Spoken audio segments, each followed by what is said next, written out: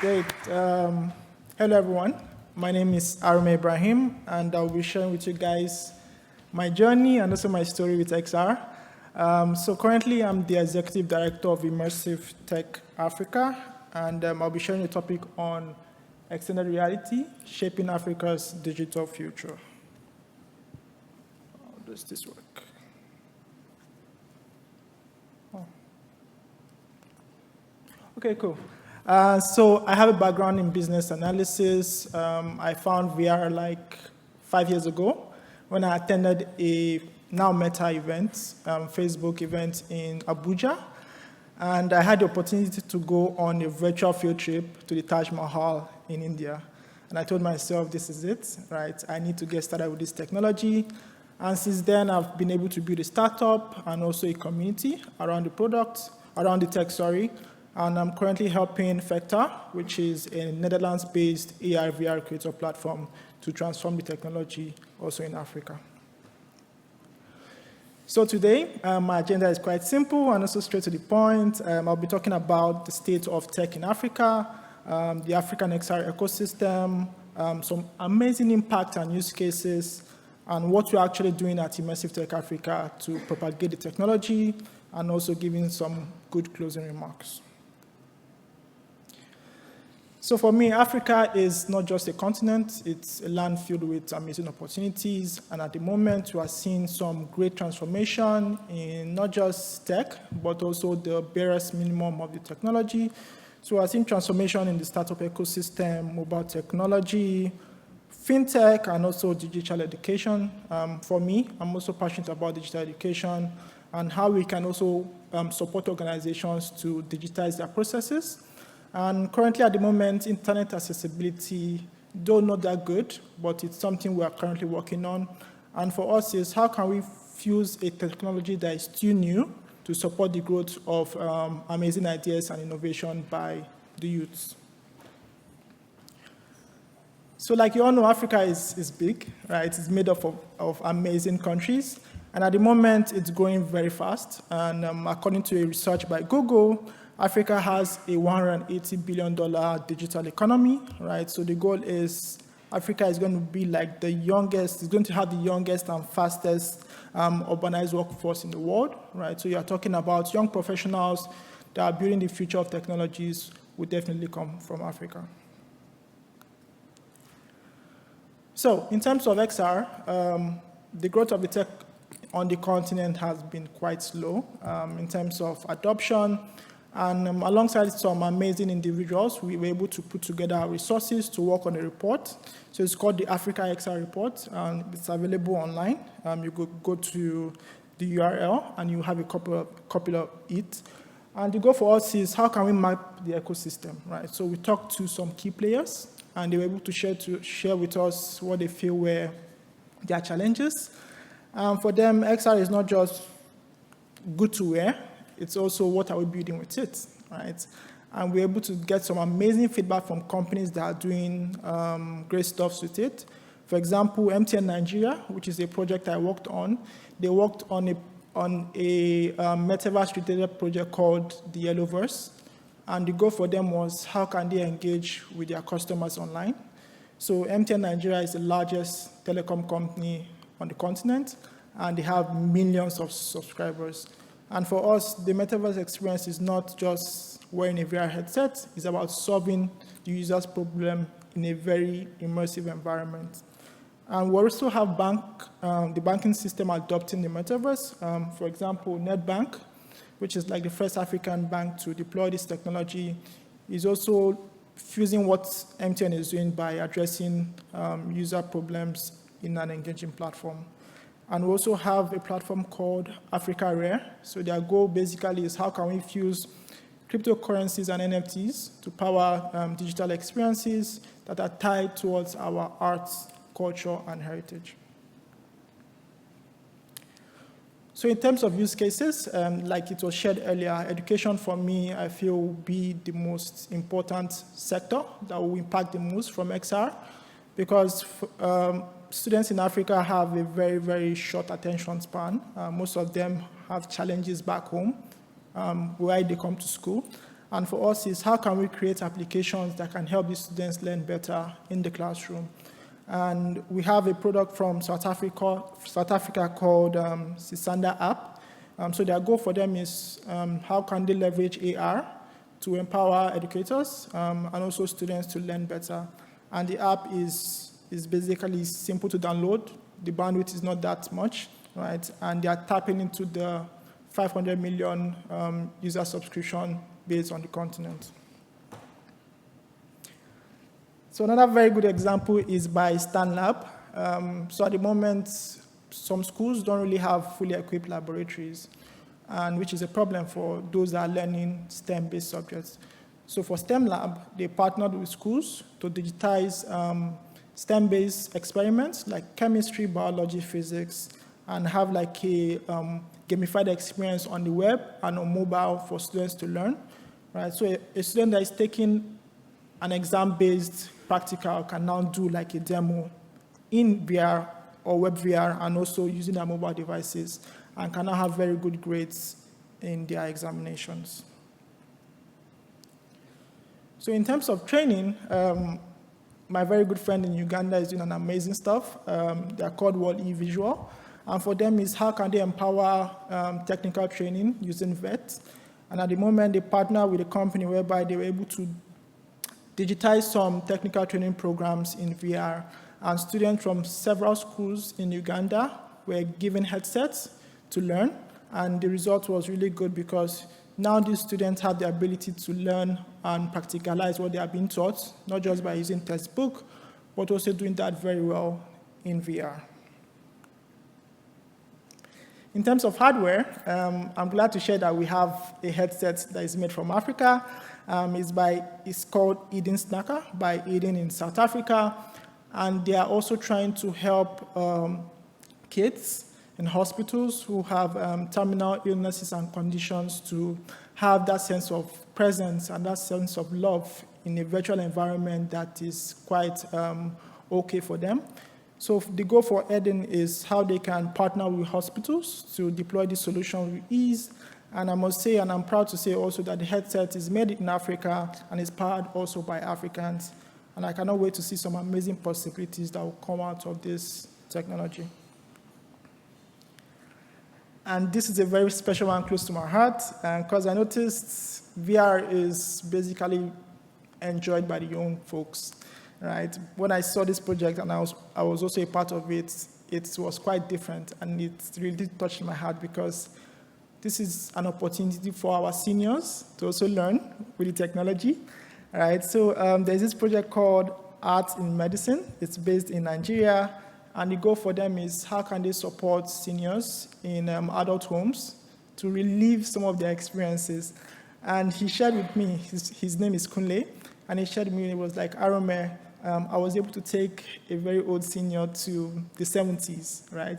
So what they did was to get some videos, some very old videos, and transform them into 360 VR. And some of them were really excited, having fun, reliving those moments. And I believe this is more or less an inclusion for the technology whereby accessibility is not limited to a certain age range, but everybody across all ages. Also, I'm a big fan of arts and culture, and for me, I have this passion to find a way to digitize my culture, right? Because at the moment, language, most of the youth that are coming up don't really learn their local languages. Right, so the predominant language in Nigeria is English. So the goal for us on the continent is how can we preserve our heritage? And my very good friend in Ethiopia, who runs Guzo Map, they are at the moment trying to digitize the Ethiopian art, culture, and heritage, and creating a virtual museum for millennials to learn about their past. And the project has been supported by Google, whereby some of their digitized artworks are now available in Google Arts and Culture. And to your surprise, Africa has close to 100+ UNESCO World Heritage Sites. So imagine the possibilities with this technology on the continent. So straight to what we are doing at Immersive Tech Africa. So like 4 years ago, when I started with the tech, finding mentors and those that can guide me in the technology was quite difficult. even though I had the opportunity to connect with some amazing talents on LinkedIn who I've met here so far. The goal for me is how can I translate these resources and this network to those that are willing to learn. So that is what we are doing at the moment at Immersive Tech Africa to support youngsters that want to get started with the technology. So in terms of our reach, we are spread across some key countries in Africa, Uganda, Ethiopia, Senegal, Kenya, Togo. We have members across those nations, and we have close to 1K community members and growing. And our goal is to have more programs that are tailored towards XR and to find a way to have like local hubs whereby those who don't have access to VR headsets can do that and build their projects with ease. So in terms of community, for the last 2 years now, we have been working on a project called the XR Innovation Summit. It's more or less our virtual conference for amazing talents and founders on the continent. We also have speakers that join us out of Africa to share what they're doing. And for us, it has been growing. We did the second edition this year, virtual, and we had close to 40+ speakers, and it's growing close to 2K now, virtual attendance. And for us is more or less a sense of community whereby people can share what they're building with XR, no matter how crazy it is, and they'll have the support of the audience. Also, another program we're working on is the Launchpad, which is more or less our goal to empower the next generation of creators. At the moment now, we have found out that access to hardware is a huge problem. Access to mentors is also a challenge. And with our network and resources, we are trying to bridge that gap, right? So we are currently partnering with hubs to have like a VR space dedicated to learners that are willing to learn. And in the future, we would love to have a VR lab whereby for those that are interested, no matter where they are in Nigeria, they can walk in and get started with the tech. So far we have trained close to 500 creators. We have a goal of 5,000 creators by 2026. And we'd love to have some amazing supporters if possible. So these are some pictures from some of our events. We are also very inclusive. We are trying to have more ladies on board. We encourage also youngsters to participate, right? So for our last edition earlier this year, we had like 4 kids that participated. For example, a lady brought her daughter to learn. That's the girl in the picture. And she was able to learn Blender in a day, like the basics of Blender.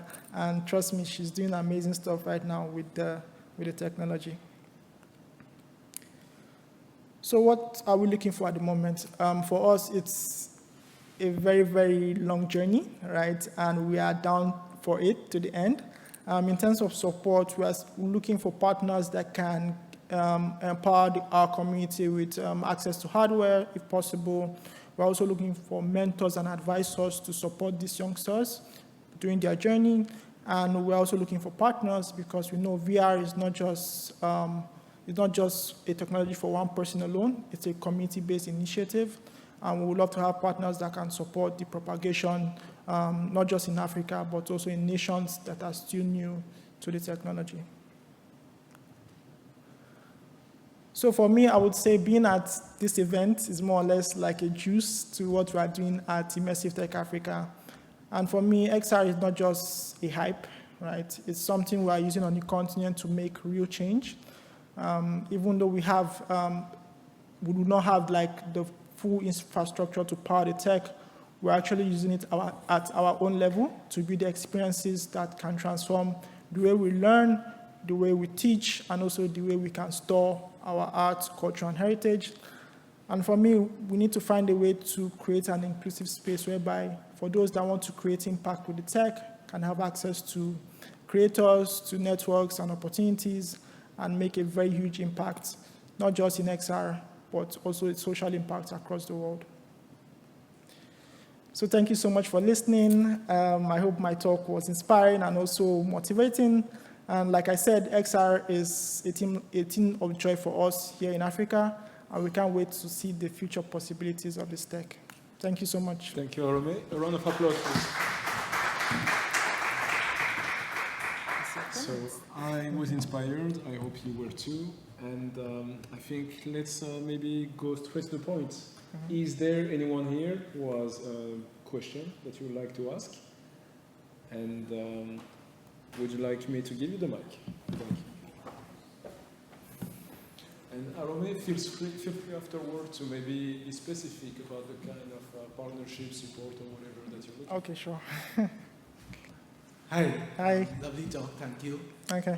So, I was wondering, people here, especially in Europe, actually not even in Germany, are quite used to fast internet. True. Right? And okay, you can have a lot of deployments that are local, but I think you would at times also want or need internet while doing things. True. What are the challenges that you face? Because when you talk about Africa, it's an enormous country. So what kind of examples could you give us? So for us, right, like you said, internet is amazing, right? We have 5G, 6G is coming up. But for Africa, it's a catch-up process, right? And infrastructure is not really there to support some of these technologies. So that's why most creators and developers are powering mobile-based AR experiences, because now we have devices, everybody has a mobile phone, right? And they can access internet with their mobile devices. So what most creators are doing are powering solutions and applications towards AR. And in the long run, if the infrastructure is amazing, we'll now be having full VR experiences. But trust me, it's just a matter of time, right? Even though we are pushing for AR, we're also encouraging creators to have full VR experiences. All right, I think it was clear. I will just pick up a few words that you mentioned here. Locally specific content-based, limitation in terms of bandwidth and hardware, but that will be probably covered and fixed very soon. Any other question that you would like to ask before I follow up on some of my comments?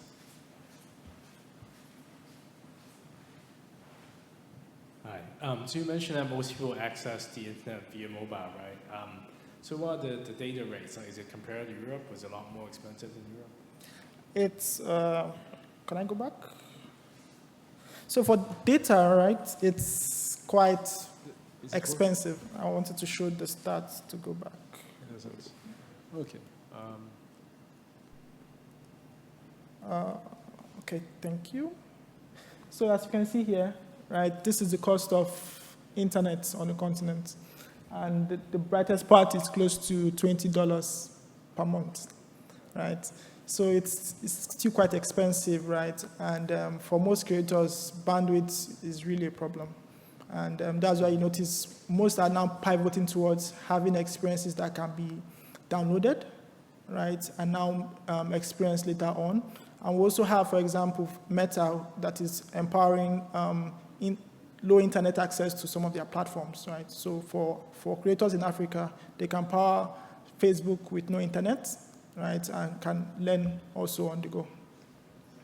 Maybe I would just also ask a compliment, because here you're talking about the cost of data, and I recognize a country where it's $20, that's amazing. But the data rate actually in countries that have access to the 4 to 5G is as good, even better than what we have here, actually. It's just that it's not known because, well, it's the way it is. True.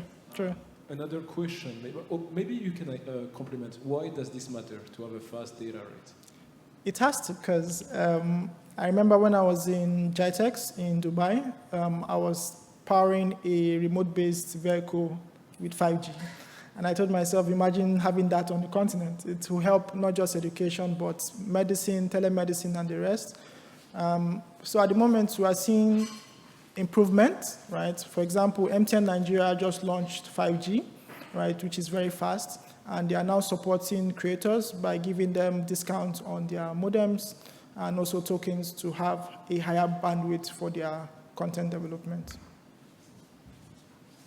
Any other question, please? Well, I guess I'm going to use my joker, since I'm the front chair, and ask you a question. What is the vision in the mid to long term? What do you want to achieve?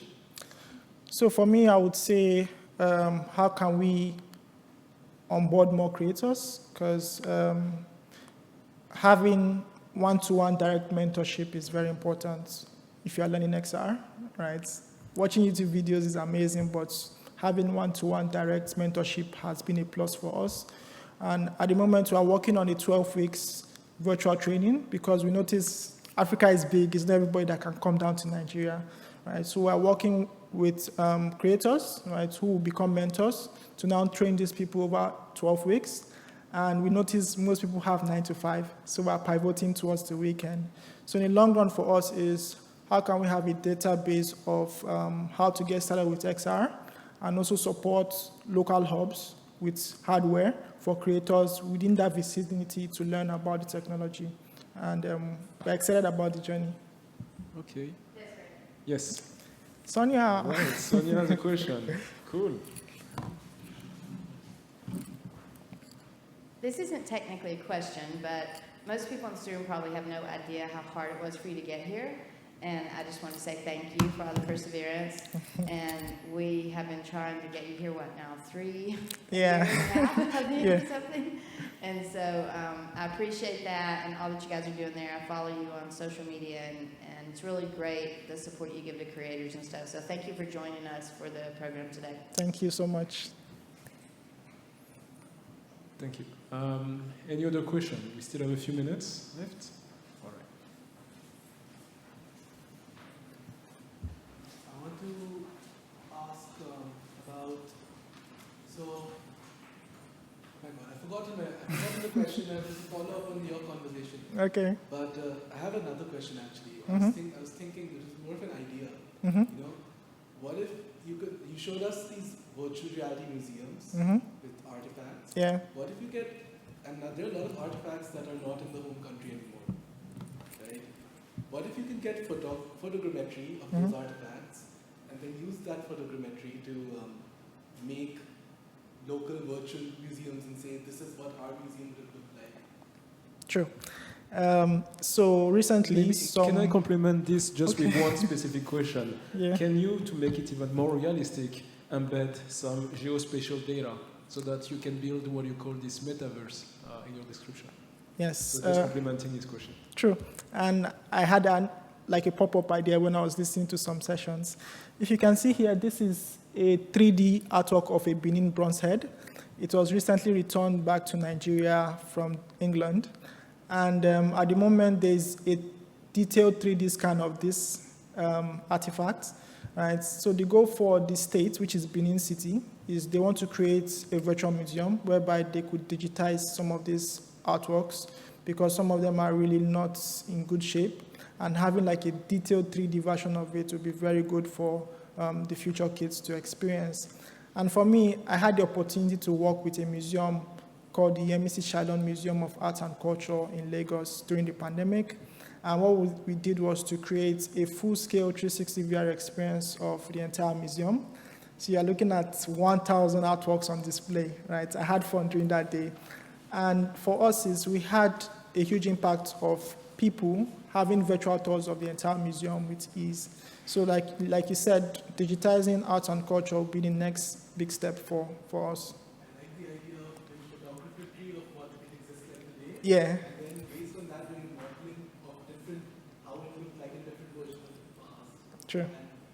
And yeah, recreating existing museums, but also then the idea of virtual architecture. Mm-hmm. And also making it fun. Thank you so much. All right. Any other question? So I think I would just add to what you mentioned, photogrammetry. Yeah. Building a more realistic metaverse environment. And on these words, I thank you very much for your presentation.